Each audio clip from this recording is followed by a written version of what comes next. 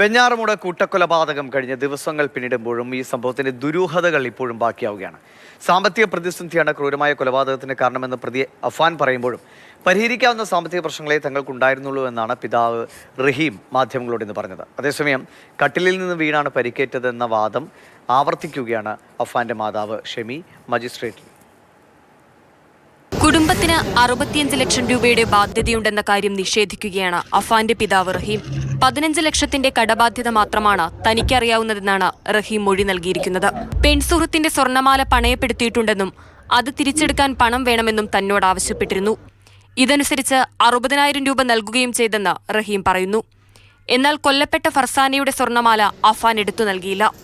സാമ്പത്തിക പ്രശ്നമായിട്ടൊന്നും അങ്ങനെ വലിയ പ്രശ്നങ്ങളൊന്നുമുള്ള കുടുംബമല്ലാതെ ഞങ്ങളത്. സാമ്പത്തിക പ്രശ്നം വലിയ പ്രശ്നമല്ല. പിന്നെ എന്താണ് സംഭവിച്ചതെന്ന് വെച്ചാൽ അറിയത്തില്ല. അതിനിപ്പം പോലീസിന്റെ നിയമവശം അവർ തെളിയിക്കാനുള്ളതാണ്. എനിക്കറിയത്തില്ല ഇതിനെക്കുറിച്ച് കൂടുതലൊന്നും. അവനുമായിട്ട് മിക്കവാറൊക്കെ വാട്സപ്പ് വഴി സംസാരിക്കുകയാണ്. കഴിഞ്ഞ ആഴ്ച സംസാരിച്ചിട്ടുണ്ടായിരുന്നു. തന്റെ തലയ്ക്ക് പരിക്കേറ്റത് കട്ടിലിൽ നിന്ന് വീണാണെന്ന മൊഴി മജിസ്ട്രേറ്റിന് മുന്നിലും അഫാന്റെ മാതാവ് ഷെമി ആവർത്തിക്കുകയാണ്.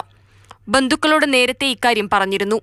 ആക്രമണത്തിന്റെ ആഘാതത്തിൽ ഓർത്തെടുക്കാൻ കഴിയാത്തതാണോ അതോ മകനെ സംരക്ഷിക്കാനുള്ള നീക്കത്തിന്റെ ഭാഗമാണോ മാതാവിന്റെ മൊഴിയെന്ന കാര്യത്തിൽ വ്യക്തതയില്ല. അഫാന്റെ മാതാവ് ഷെമി നടത്തിയ ചിട്ടി റഹീമിന്റെ സഹോദരൻ ലത്തീഫിന് കിട്ടിയെങ്കിലും പണം കൈമാറിയിരുന്നില്ല. ഇതേ ചൊല്ലി അഫാനും ലത്തീഫുമായി വഴക്കുണ്ടായിരുന്നു. ഈ വൈരാഗ്യമാണ് ലത്തീഫിന്റെ കൊലയിലേക്ക് നയിച്ചത്. എന്നാൽ ലത്തീഫിന്റെ ഭാര്യയെ കൊലപ്പെടുത്താൻ ഉദ്ദേശമുണ്ടായിരുന്നില്ല.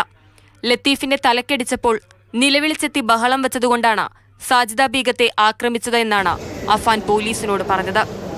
ആശുപത്രി സെല്ലിലുള്ള അഫാനെ നാളെ ജയിലിലേക്ക് മാറ്റും. മാതൃഭൂമി ന്യൂസ്, തിരുവനന്തപുരം.